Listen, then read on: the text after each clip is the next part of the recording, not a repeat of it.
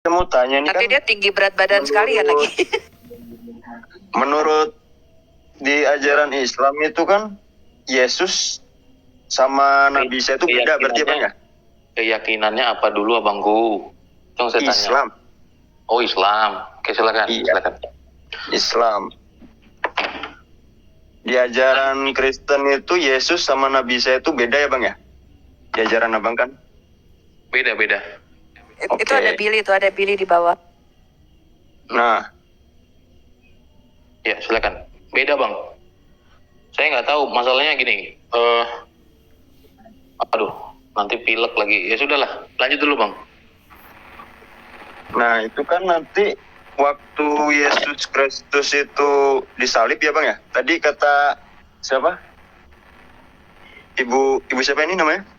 Sophie. Ibu Sophie itu sebagai bukti untuk membayar penebusan manusia yang berdosa. Betul Bang? Ya, Manusia yang berdosa. Nah, itu tuh yang ditebus untuk manusia yang berdosa itu waktu zaman saat itu atau zaman saat ini sampai seterusnya, Bu? itu Billy bisa jawab.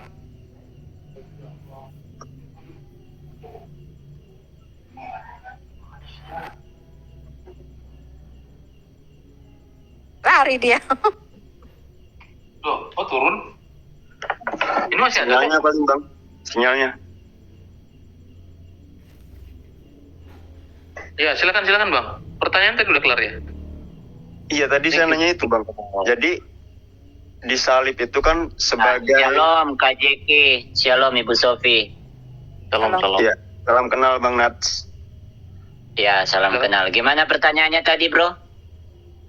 Kan waktu Yesus Kristus disalib itu kan sebagai bukti bahwa Yesus itu kan mengasihi dan menyayangi umatnya untuk menebus manusia yang berdosa kan Bang ya? Benar? Ya, Nah, yang saya tanyakan nih, itu menebus manusia yang berdosa pada saat zamannya Yesus Kristus, pada saat zaman itu saja atau untuk saat ini dan seterusnya? Oke, satu ayat bang ya. Saya jawab pakai satu ayat firman Tuhan tuh ngomong begini. Yohanes 3:16. Nanti dicatat ya. Yohanes 3:16 itu begini, ayat favorit Natal itu. Ya, anak-anak sekolah minggu udah pada hafal. Karena begitu besar kasih Allah akan dunia ini, sehingga ia mengaruniakan anaknya yang tunggal, supaya setiap orang yang percaya tidak binasa, melainkan beroleh hidup yang kekal. Jadi setiap yang namanya orang, kalau percaya kepada Yesus, dia tidak binasa, melainkan beroleh hidup yang kekal. Seperti itu bang. nah, Jadi dia bukan betul. Saya temporer. tambahin satu ayat lagi. Roma 10 ayat 9 berkata seperti ini. Sebab barang siapa yang dari lidahnya mengaku bahwa Yesus Kristus adalah Tuhan dan dari dalam hatinya percaya bahwa dia telah bangkit dari antara orang mati, dia akan diselamatkan. Jadi barang siapa, Bro, yang mau mengaku bahwa Yesus Kristus adalah Tuhan dan dia percaya bahwa Yesus telah bangkit dan menyelamatkan dia akan diselamatkan. Oke. Berarti, Bro? Ya, paham. Sampai situ saya paham, Bang. Nah, jadi gini, Bang. Berarti untuk seterusnya kan ya itu, untuk siapapun yang percaya kalau Yesus itu Tuhan, begitu kan, Bang? Ya, Nah, jadi ini masalahnya ini, kan kita nggak ada yang tahu nih, Bang. Di belahan dunia manapun ya. Bagi yang percaya kalau Yesus itu adalah Tuhan dan penyelamat bagi umatnya, pasti ada beberapa ataupun banyak yang kita tidak tahu itu pasti melakukan dosa itu, Bang. Nah, apakah dosa mereka itu langsung hilang? Bang Begitu Nats saja kontrol atau dulu. bagaimana? Bang Nats kontrol dulu. Saya doa malam dulu. Bang Nats kontrol. oke, siap. Gini, Bro. Semua itu butuh respon iman. Kalau orang Kristen yang mereka percaya tapi masih melakukan kejahatan, masih melanggar perintah Tuhan, mereka tidak akan diselamatkan. Tetapi sebaliknya, Bro. Tapi kalau mereka di Kristen dan mereka percaya dan melakukan kehendak Tuhan, mereka baru diselamatkan. Jadi Oke, Bang. kalau kamu mau bilang kayak gitu, semua butuh respon iman. Saya kasih contohnya gini, bro. Kamu orang kotor nih, kamu belum mandi misalnya, badan kamu penuh dengan lumpur, penuh dengan kotoran. Nah, Tuhan Yesus kasih kamu sabun untuk kamu mandi. Nah, semua itu dari kehendak kamu sendiri. Kamu mau menerima sabun yang diberikan Yesus itu atau tidak? Kalau kamu menerima dan kamu mandi, kamu akan bersih. Tapi kalau kamu cuma melihat pemberian itu dan kamu tidak mengambil, kamu tidak akan pernah bersih. Begitu juga dengan keselamatan, bro. Kalau kamu menerima penebusan Yesus dan kamu mau merespon itu, kamu akan diselamatkan. Tetapi kalau kamu cuma cuma percaya tapi tidak mau merespon, semuanya nol, bro. Makanya di Yakobus 2 ayat 18 di situ dikatakan, tunjukkan imanmu yang tanpa perbuatan itu, dan aku akan menunjukkan imanku dari perbuatan-perbuatan. Jadi gini, bro, iman tanpa perbuatan itu nol. Perbuatan tanpa iman juga nol. Jadi iman harus disertai dengan perbuatan. Karena kalau cuma iman doang, iblis juga beriman, tapi dia tidak mempunyai perbuatan. Sampai sini paham? Paham, Bang. Nah, untuk yang sudah melakukan dosa nih, Bang ya, apakah ada cara untuk penebusan dosa agar suci kembali? Mereka harus lahir baru dulu, bro. Mereka harus lahir baru. Maksudnya apa? Mereka harus menyerahkan dirinya penuh-penuh kepada Tuhan Yesus. Di saat mereka sudah bertobat, mereka tidak boleh melakukan dosa lagi. Makanya waktu Yesus berkata kepada perempuan pesina dan dia mau dirajam sama orang banyak, Yesus berkata, pergilah dan jangan berbuat dosa lagi. Nah, kalau orang itu sudah lahir baru tapi masih melakukan dosa, sama aja bohong, bro. Sama aja itu menyangkal Tuhan. Tetapi kalau dia sudah lahir baru dan benar-benar sungguh-sungguh untuk bertobat dan tidak mau melakukan hal-hal jahat lagi, dia akan diselamatkan, bro. Oke, Bang. Berarti yang sudah bertobat, yang sudah suci kembali, terus dia melakukan kesalahan atau dosa lagi, berarti dia tidak akan selamat ya. Berarti hanya satu kali kesempatan untuk bertobat atau bersuci. Betul, Bang. Betul. Oke, berarti cuman ada satu kesempatan ya, Bang ya. Ya, jangan kamu tobat bikin hobi. Kalau gitu mah jadinya kayak tomat. Tobat habis itu kumat. Oke, Bang. Gitu.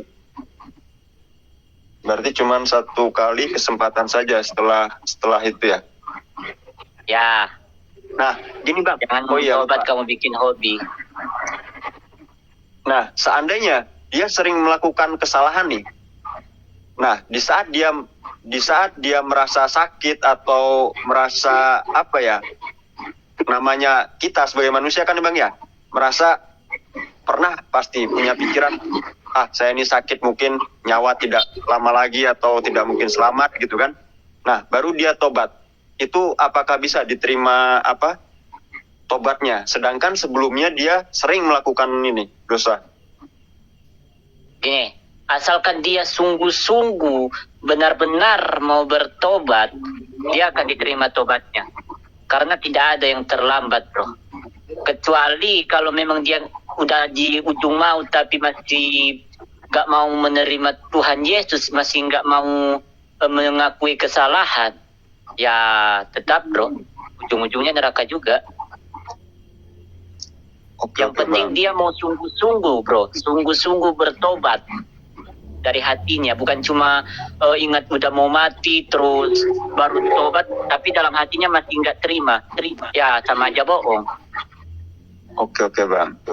Nah, kalau di ajaran Islam, Bang ya, itu kan nanti hari akhir atau hari kiamat Nabi Isa akan muncul.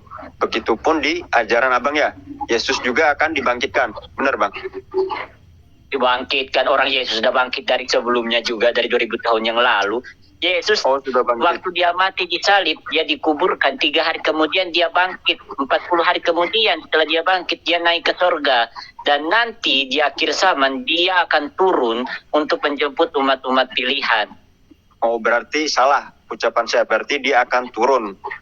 Oh, berarti tujuan Ya. dia turun ke bumi, dia untuk menjemput umat-umat pilihannya yang percaya kepada Yesus Kristus, gitu ya Bang ya? Betul. Tujuannya gini bro, dia turun untuk 2 hal. Yang pertama, untuk menjemput orang-orang yang percaya kepada dia. Dan yang kedua, untuk menghakimi orang-orang yang tidak percaya kepada dia. Itu disebut dengan peperangan dengan antikristus. Nah, dia turun itu berupa wujud manusia yang saat waktu dia disalib, atau bukan Bang? Waktu Dia saat turun. turun dengan tubuh kemuliaannya. Karena waktu dia bangkit dengan tubuh kemuliaan. Dalam kitab tidak dijelaskan Bang ya itu berbentuk atau tidaknya, berarti kan ya? Tubuhnya masih berbentuk manusia. Jelaskan. Ya, Iya, silakan Ibu dengan Sofi. tubuh kemuliaan. Iya, dia sudah bangkit dengan tubuh baru, bro, tubuh kemuliaan. Jadi dia datang kedua kali dengan tubuh kemuliaan. Iya, maksud saya gini Bu, apa dia berbentuk fisik wujud manusia atau Oh iya apa ya? dong, Oh, iya dong. berbentuk Iya. wujud fisik Iya, dia manusia. stuck berarti. selama-lamanya. Iya, karena begitu besarnya kasih Allah sama kita, dia stuck selama-lamanya dalam tubuh kemanusiaannya. Dia mengambil kodrat kemanusiaan kita. Nah, Ya, itu kan betul. menyebut orang-orang pilihan Ibu ya. Jadi, nah itu kan kalau dia turun Ada ke bumi, dua tahap bro, ada 2 tahap. Yang pertama dia Ya, datang di awan-awan namanya. Yang pertama dia datang nanti di awan-awan. Itu orang yang mati akan bangkit dulu dari kubur. Karena Yesus berkata bahwa orang-orang yang ada di dalam kubur akan mendengar suaranya dan bangkit. Jadi yang membangkitkan nanti Yesus. Kemudian kita yang masih hidup akan diangkat. Jadi gereja ini akan diangkat, kita masih hidup. Nah kemudian nanti ada masa penganiayaan besar yang kita sebut dengan masa antikristus. Mungkin ini nggak lama lagi ya, karena bait suci ketiga sudah masa persiapan mau dibangun ini. Jadi saya tadi juga ada baca kayaknya mungkin 4 hari yang lalu ya sudah ditasbiskan ya. Nanti tandanya gitu aja Pak, lihat nanti kalau bait suci itu akan dibangun itu sudah masa antikristus. Siap-siap Yesus datang kedua kali. Kemudian setelah itu Yesus akan datang lagi untuk menghancurkan antikristus yang nanti akan merajalela di seluruh dunia ini Pak gitu. Nanti akan ada satu ekonomi dunia, ekonomi global di mana ekonomi itu akan dikuasai oleh antikristus. Nah nanti pada Yesus datang lagi bersama dengan orang kudusnya akan terjadi peperangan besar yang kita sebut dengan perang Harmagedon. Seperti itu. Masih panjang, urutannya masih panjang lagi Pak. Itu namanya eskatologis ya, atau akhir zaman.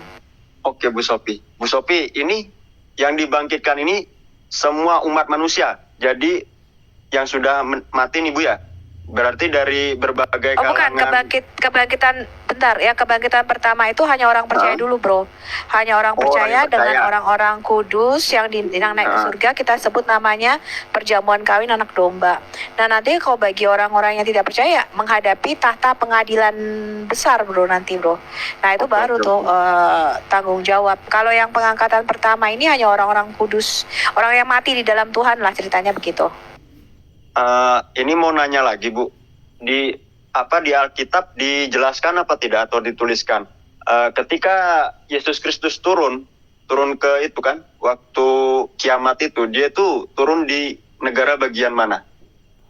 Di Bukit Zaitun. Itu nggak dijelaskan. Oh itu nggak Nggak dijelaskan dijelaskan. itu. Oke. Di Bukit Zaitun, Oke. dijelaskan dong di Bukit Zaitun.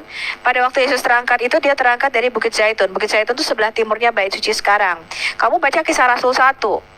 Ya, ketika Yesus terangkat dari Bukit Zaitun, maka malaikat itu berkata, "Hai orang Galilea tuh bengong gitu. Mereka lihat ke langit. Yesus tuh naik ke atas ke surga dilingkupi awan-awan. Kemudian ada malaikat berkata begini, "Hai orang Galilea, mengapa engkau terheran-heran? Yesus Kristus yang naik ke surga ini akan turun dengan cara yang sama, yaitu di Bukit Zaitun." Makanya kalau kamu sekarang itu ke Israel, orang Israel itu kebanyakan kuburannya dikubur di Bukit Zaitun atau di pintu gerbang timur. Karena mereka percaya bahwa ketika Mesias menginjakkan kakinya di Bukit Zaitun, maka mereka yang pertama kali dibangkitkan dari kuburnya. Amin. Oke Bu. Nah, jadi kan waktu turun kedua atau pertama Bu, untuk menjemput orang-orang pilihan yang percaya pada Yesus Yang Kristus. pertama kali itu hanya di awan-awan bro, jadi tidak di bumi. Hanya di awan-awan, orang mati yang percaya akan bangkit, kita yang masih hidup akan diubah dalam sekejap, dan kita akan semua akan naik ke awan-awan. Itu aku pernah mendapatkan mimpi tentang hal itu. Tentang rapture ya, kita menyebutnya, Ya. gereja menyebutnya rapture atau pengangkatan. Itu aku pernah pernah mimpi tentang hal itu. Berarti itu Baru nanti sudah- yang kedua, dia benar-benar datang ke bumi bersama seluruh orang kudusnya. berarti waktu turun ke bumi itu sudah tidak ada orang-orang pilihan. Gitu ya, Bu ya? Betul. Betul, itulah sebab kalau kami percaya bahwa pengangkatan gereja dan kebangkitan orang kudus yang pertama ini ya, atau sebelum masa penganiayaan besar. Tapi ada juga yang percaya itu pertengahan, jadi masa pertengahan penganiayaan besar. Nah, kita nggak tahu yang mana ya, nanti kita lihat aja. Kalau memang itu masa pertengahan, berarti kita akan mengalami penganiayaan besar mungkin kira-kira 3,5 tahun pertama. Tapi kalau berarti sebelum masa antikris itu merajalela, gereja sudah diangkat dulu. Tapi begini, Rasul Paulus mengatakan di dalam 1 Tesalonika bahwa selama ini masih ada yang menghalangi supaya antikris itu tidak bisa merajalela, yaitu Roh Kudus. Jadi nanti ketika orang kudus dibangkitkan dan orang percaya semua sudah naik ke surga, diangkat, maka tidak ada lagi yang akan menghalangi pekerjaan iblis, bro. Karena Roh Kudus sudah nggak ada di bumi. Jadi iblis akan leluasa di situ, dan itu kita sebut dengan masa penganiayaan besar atau masa antikris. Nanti kamu tidak dikatakan semua orang akan diberi tanda pada tangannya dan pada dahinya, dan kamu tidak bisa berjual beli bro tanpa tanda itu, tanda antikris itu. Jadi semua seluruh dunia akan melakukan satu perdagangan ekonomi global namanya. Nah, itu Bu, saat Yesus Kristus turun ke bumi waktu perang itu diceritakan tidak dalam Alkitab itu ada berapa jumlah Diceritakan. yang membantu?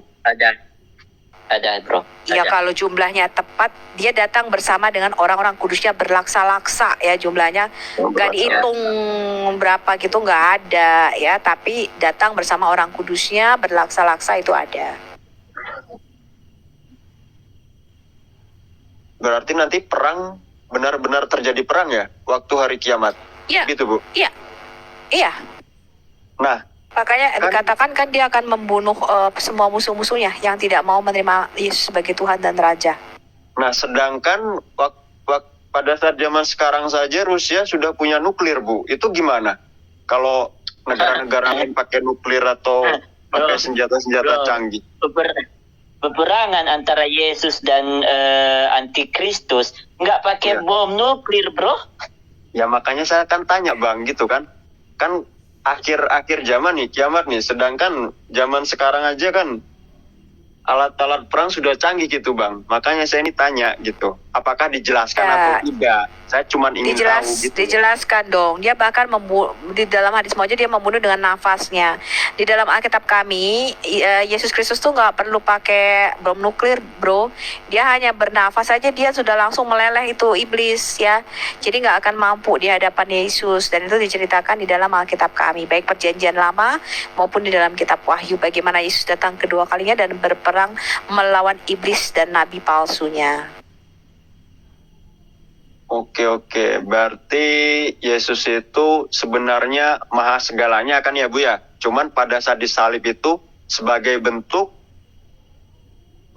kasih sayang Dia menjadi kepada manusia. umat Kristen. Ya. Dia Oke, pencipta Pak. kita yang menjadi manusia, yang menjadi ciptaan, jelas.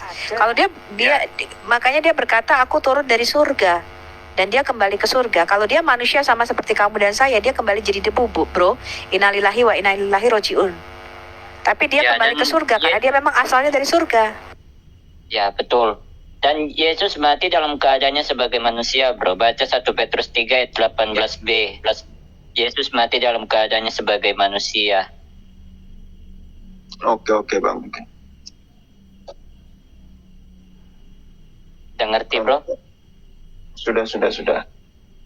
Oke, masih ada lagi? Kalau kamu mau lebih jelas lagi, kenapa Yesus datang harus jadi manusia, jadi Adam yang kedua. Di Alkitab dikatakan dia menjadi Adam yang kedua. Kamu harus baca kitab Taurat.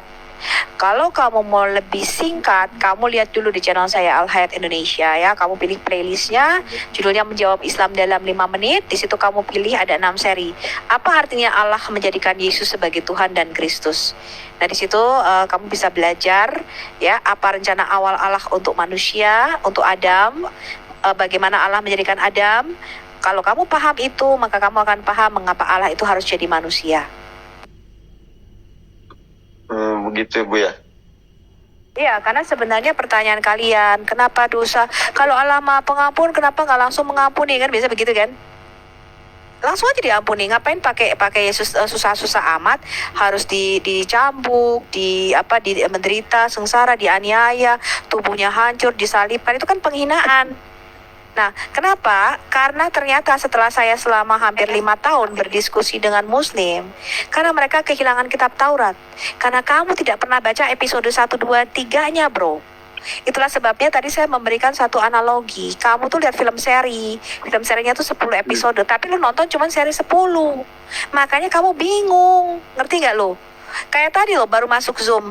Misalnya kita di sini sudah hampir 12 jam kita online di JK Sembiring.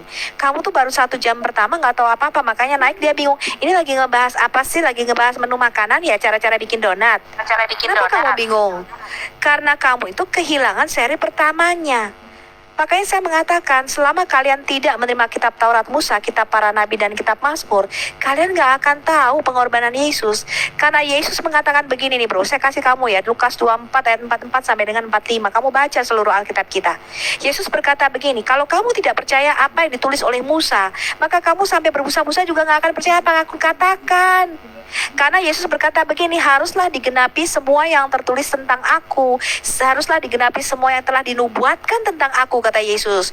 Mulai dari kitab Taurat Musa, kitab para nabi, dan kitab Mazmur. Nah, kalian aja kitab Taurat, kitab Mazmur, kitab nabi nggak tahu, nggak punya. Makanya kalian tuh tanya terus, kenapa Tuhan kok bisa jadi manusia? Kalau Tuhan jadi manusia, yang di surga kosong. Kenapa Tuhan bisa dibunuh? Kenapa pertanyaan ini timbul? Karena kalian itu nggak ngikuti episode 1 gitu loh bro. Sama kayak gue ya, misalnya gue lihat film nih, gue kaget. Kenapa sih misalnya Black Panther Wakanda Forever? Kita nggak lihat seri 1-2-nya, tiba-tiba seri 3. Loh kok bisa jadi mati begini? Kenapa dia mati? Nggak tahu. Kok mati? Masa Black Panther bisa mati? Karena nggak ngikutin seri 1-2-nya, makanya lu kagak tahu ceritanya. Iya. Selama kamu selama kamu tidak baca seri 1-2-nya, lu cuma seri 3, lu nanya mulu kagak ngerti endingnya gitu. Sama kayak gue kalau nonton pertengahan tiba-tiba The Lord of the Ring gitu. Kenapa sih tiba-tiba begini? Gue bingung gitu. Gue tanya misalnya sama adik gue, kok bisa begini? Makanya lu lihat dulu dong seri 1-2-nya. Jadi lu bisa ngerti jalan ceritanya. Gitu loh ya. Iya Bu. Nah jadi sekarang saya sudah tidak bingung siapa Masih Yesus belum bro. itu. Ya masih belum bro. Kalau kamu pengen tahu dengan jelas, aku sebenarnya sudah jelaskan berkali-kali. Aku sih bisa ngulang ya. Sebenarnya gini loh, kenapa Tuhan jadi manusia? Kenapa Tuhan itu harus disalibkan? Ya, dan bangkit pada hari yang ketiga. Kamu harus melihat dulu rencana awal Allah ketika menciptakan manusia, menciptakan Adam. Itu ada di Kejadian 1 ayat 26 sampai dengan 28. Rencana awal Allah ketika dia menciptakan Adam adalah menjadikan Adam sebagai Tuhan, imam, dan raja di seluruh bumi ini, atas seluruh bumi. Kamu baca Kejadian 1 ayat 26 sampai 28. Saya jabarkan panjang lebar. Mungkin nanti besok saya juga akan live ya, saya akan keluarkan videonya.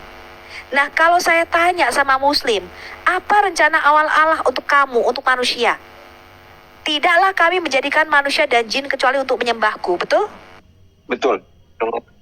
Iya, makanya saya tanya, karena kamu tuh kehilangan, kamu tuh nggak tahu Adam itu Tuhan, bro. Adam itu Tuhan, imam, dan raja atas seluruh bumi. Tuhan itu memberikan kepada manusia kita itu kerajaan yang disebut kerajaan dunia, kerajaan Bani Adam. Ketika Adam jatuh di dalam dosa, dia itu memindahkan kerajaan bumi ini dari otoritas kerajaan surga, dia lepaskan, dan dia memindahkan kerajaan ini yang di bawah penguasa kerajaan angkasa, Efesus 2 ayat 1 sampai 2. Dia memindahkan kepemilikan bumi ini ke tangan iblis, yaitu yang berkuasa raja di kerajaan maut. Makanya sejak zaman Adam sampai kita nanti mesti tunduk kepada maut, pada kematian, karena Adam sudah menjual kerajaan bumi ini kepada iblis. Yesus datang sebagai Adam yang kedua, 1 Korintus 15 ayat 44 dan 45. Dan dia datang untuk mengembalikan lagi kerajaan Bani Adam ini, dimasukkan kembali ke dalam kerajaan surga. Itulah sebabnya kalau saya tanya sama Muslim ya, ada 4 ayat di dalam Quranmu ketika Allah menciptakan Adam, mengapa sih Allah ini menyuruh para malaikat sujud menyembah kepada Adam? Kalian tuh jawabannya nggak tepat bro. Oh nanti Adam jadi khalifah. Oh karena Adam tuh nabi pertama. Bukan. Di Alkitab kami jelas menyatakan Ibrani 1 ayat 6, ketika Allah menjadikan firman itu manusia, ketika Allah membawa anaknya yang sulung ke dalam dunia, ketika Yesus itu menjadi Adam yang kedua, Allah berfirman, semua malaikat harus sujud menyembah kepada Yesus. Betul, Nats? Betul, Bu, betul. Itulah sebabnya kalian tuh nggak ngerti kenapa Allah menyuruh para malaikat sujud menyembah. Kalian baca tafsir Ibnu Katsir. Nanti besok video saya akan keluarkan 3 seri supaya kalian tuh mengerti. Kalau kalian tidak kehilangan rencana awal Allah untuk Adam ini dan kalian membaca kitab Taurat, maka pertanyaan-pertanyaan itu nggak akan terjadi kebingungan, bro. Kalian itu bingung. Kenapa bingung? Karena kalian tuh cuma lihat episode terakhir. Ada 4 buku kalian mengakui, tapi episode 4-nya lu baca, episode terakhir, episode 1, 2, 3-nya lu kagak baca. Gimana lu mau tahu jalan ceritanya? Nah, kalian kadang-kadang, kalau Bu Sofia menjelaskan kenapa panjang melebar, karena gue mesti jelasin dari episode 1 sampai episode 3. Bener gak, Nats? Betul, betul. Makanya saya bisa meringkas ya. Kamu baca Matius 4 ayat 1:10, Lukas 4 1:11. Bagaimana Yesus itu ketika menjadi Adam, menjadi manusia, dia dicobai oleh iblis. Iblis berkata begini, kalau kamu sujud menyembah kepadaku, kamu anak Allah katanya. Kamu ini anak Allah. Kalau kamu sujud menyembah kepadaku, maka semua kerajaan di bumi ini akan aku berikan kepadamu. Karena kerajaan di bumi ini sudah diberikan kepadaku, kata iblis. Kapan kerajaan bumi ini diberikan kepada iblis? Ya pada waktu di Kejadian 3. Ketika Adam jatuh ke dalam dosa, dia menyerahkan kepemilikan kerajaan bumi ini kepada kerajaan kegelapan. Dan kerajaan kegelapan iblis ini berkuasa di satu kerajaan yang namanya kerajaan kematian atau kerajaan maut. Itulah sebabnya Yesus harus menjadi manusia, turun di dalam dunia orang mati, dan dia merebut kembali kunci maut dan kunci kerajaan maut. Wahyu 1 ayat 17 dan 18. Dan kemudian dia mengembalikan lagi status Adam sebagai Tuhan, imam dan raja di bumi. Wahyu 5 ayat 10. Dan engkau anak domba Allah, yaitu Yesus Kristus, engkau telah disembelih dan engkau telah menebus mereka dari semua suku, lidah, bangsa dan bahasa bagi Allah Bapa kita, supaya mereka menjadi raja-raja yang memerintah di bumi. Engkau membuat mereka menjadi satu kerajaan dan menjadi imam-imam. Jadi Yesus itu mengembalikan status kita menjadi imam, Tuhan dan raja di bumi. Dan dia disebut Tuhan segala Tuhan, raja di atas segala raja. Wahyu 19 ayat 16. Dan kita nanti nggak di surga, bro. Kita tuh akan dikembalikan ke bumi. Karena dikatakan manusia itu harus ada di bumi, bukan di surga. Kalau kamu nggak lihat episode 1-nya, lu cuman baca episode terakhir, jadi repot, bingung. Gua jelasinnya mesti balik lagi ke episode 1. Ya Oke, kan? nanti bakal lihat channel YouTube Bu Sophie lah ya. Nah, ini Boleh. Al-Hayat Indonesia. Atau kita juga punya Zoom 24 jam. Saya akan kasih linknya supaya teman-teman bisa belajar di situ ya, baik Kristen maupun Muslim. Karena banyak orang Kristen pun nggak tahu tentang hal ini. Ya. Ya, sebelumnya saya ucapkan terima kasih nih Bu ya atas penjelasannya tadi tuh ya Bu ya. Nah, Ya, sama-sama. ini jadi pertanyaan lagi nih Bu ya sama pikiran saya nih. Kenapa Yesus itu dia kan berkehendak atas segalanya kan di ajaran Kristen ya. Kenapa enggak 100 tahun sekali atau berapa puluh tahun sekali dia turun ke bumi untuk membuktikan bahwa ajaran Kristen itu adalah ajaran yang benar gitu Bu. Kalau emang dia bisa berwujud itu kan.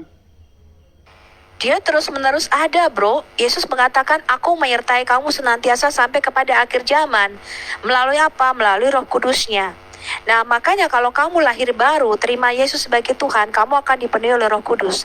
Dan kamu akan berbahasa roh atau berbahasa-bahasa baru. Dan kamu akan mulai mendengar suara Tuhan dan kamu dapat berkomunikasi dengan Tuhan. Yesus tidak pernah meninggalkan kita, bro. Yesus berkata, aku menyertai kamu senantiasa sampai kepada akhir zaman. Dan Yesus berkata, 2-3 orang berkumpul di dalam namaku, di situ aku ada di tengah-tengah kamu. Benar, Nats? Betul. Dia nggak pernah ninggalin kita. Sampai sekarang dia bekerja di antara kita melalui Roh Kudusnya. Oh, oke. Melalui Roh Kudusnya kan. Yang saya maksudkan itu kenapa dia tidak turun menjadi Ini, bro. wujud seperti manusia Ini, bro. pada saat Kalau- waktu disalib gitu loh. Ya, kalau Yesus turun langsung dengan segala kemuliaannya, kiamat bro, karena dijelaskan di Alkitab, kalau Yesus yang turun, berarti sudah akhir zaman. Sudah hari kiamat. Oke, aku jawab ya. Aku jawab. Silakan Ibu Sofi. Yesus Mesias itu di dalam perjanjian lama itu dinubuatkan nih para rabi Yahudi ya menafsirkan Mesias itu dari dua keturunan. Yang pertama dari keturunan Yusuf, dia harus menderita dan mati. Tapi yang kedua, dikatakan Mesias ini juga harus dari keturunan Daud, yaitu menjadi raja yang kekal, kerajaannya kekal selama-lamanya. Nah, para rabi itu menafsirkan berarti ada dua Mesias nih. Yang satu dia harus menderita dan mati, yang kedua dia harus duduk di atas tahta Daud tapi kekal dan hidup selamanya. Tetapi ketika Yesus datang ke dalam dunia, dia berkata, kamu salah menafsirkan Alkitab perjanjian lama. Mesias tidak ada dua, hanya ada satu Mesias tapi datang dua kali. Yang pertama dia harus datang sebagai anak domba yang disembelih, ya, yaitu sebagai Mesias yang menderita dan mati. Tapi yang kedua dia datang sebagai singa dari suku Yehuda. Jadi Yesus memang dinubuatkan hanya datang dua kali, bro, bukan berkali-kali. Gitu ya, Nats? Oh, Ya, berarti betul. Yesus itu cuma datang 2 kali ya, tidak bisa berkali-kali ya Bu ya? Iya. Enggak, dalam kemuliaannya dan ketika dia benar-benar menampakkan diri, dia itu datang dalam 2 kali. Walaupun di dalam perjanjian lama ada berkali-kali yang namanya penampakan firman ya. Jadi manifestasi dari Allah itu ada berkali-kali. Sampai sekarang pun banyak kok yang didatangi Tuhan Yesus. Teman-teman saya Muslim tuh banyak loh yang dapat penglihatan tentang Tuhan Yesus. Kamu baca dong kesaksiannya Romo Daniel Biantoro bagaimana Yesus datang pada waktu dia sholat. Bukan sholat, pada waktu dia ngaji, dia lagi baca Quran, Yesus datang. Datang, benar-benar datang kayak siluet gitu, terang gitu. Teman saya waktu sholat tahajud, Yesus datang. Ya, dan Tetapi ada dalam juga segala satu Ya, Tapi lupa, maksudnya gitu. ketika semua manusia melihat, itu cuma 2 kali, bro. Pertama dia datang sebagai anak domba, sebagai bayi. Yang kedua nanti dia nggak datang lagi sebagai anak domba yang akan disembeli atau sebagai korban penebus dosa kita. Dia akan datang sebagai singa dari suku Yehuda. Dia akan datang sebagai hakim yang adil yang akan menghakimi kita. Begitu, bro. Tapi berkali-kali Ya. dia menampakkan diri kepada banyak orang. Nah, menampakkan diri dalam wujud manusia atau Ya, kedatangannya gini bro, kedatangannya kedua kali itu dalam konteks penghakiman atau akhir zaman, kesudahan segala sesuatu, begitu. bukan Bang Jack, maaf nih. Maksud saya itu waktu saat yang diceritakan Bu Sophie tadi itu mendatangi temannya Bu Sophie yang pada saat sholat, terus ada pada saat apa Ya. itu? Maksud saya itu, maksudnya tuh datang Manusia, bro. Manusia. berwujud manusia. Oh iya ya, itu maksud saya Bang Jeki. Iya. Oh, baca juga kesaksiannya siapa, Fatima itu yang dari Malaysia ya. Manusia, bro, datangnya dalam wujud manusia dong, masa dalam wujud binatang. Tapi tidak mengatakan apa-apa itu Bu. Ngomong dong, kalau enggak bagaimana dia tahu ini Yesus? Dia ngomong, aku Yesus Kristus, Alfa dan Omega, yang awal dan yang akhir, Tuhanmu. Makanya dia dari Muslim jadi masuk Kristen gara-gara didatangi. Kamu lihat kesaksiannya Romo Daniel Biantoro deh. Kamu lihat juga Enggak, kesaksiannya soalnya Fatima, banyak sekali. Kalau di ajaran saya nih, ajaran Islam nih, kalau itu biasa disebut jin korin yang menyerupai seseorang kayak gitu Bu. Kalau di ajaran saya itu, kalau di ajaran saya. Kalau salah konsepnya, kalau jin korim itu menyertai orang itu dari bayi. Jadi dari bayi itu dia sudah punya jin korin. Jadi waktu orang itu meninggal, kesurupan sesuatu, dia tahu semua tentang orang di sekitar dia. Itu namanya jin korin. Ya. Beda lagi itu, Dan brother. jin korin itu istilahnya seperti saudara kembar kita dari dunia gaib gitu bro. Bukan Ya. orang yang bukan jin yang menyerupai, bukan. Tapi Iya, saudara jin kembar korin kita itu dari menyerupai dunia gaib. kamu. Iya, karena dia tahu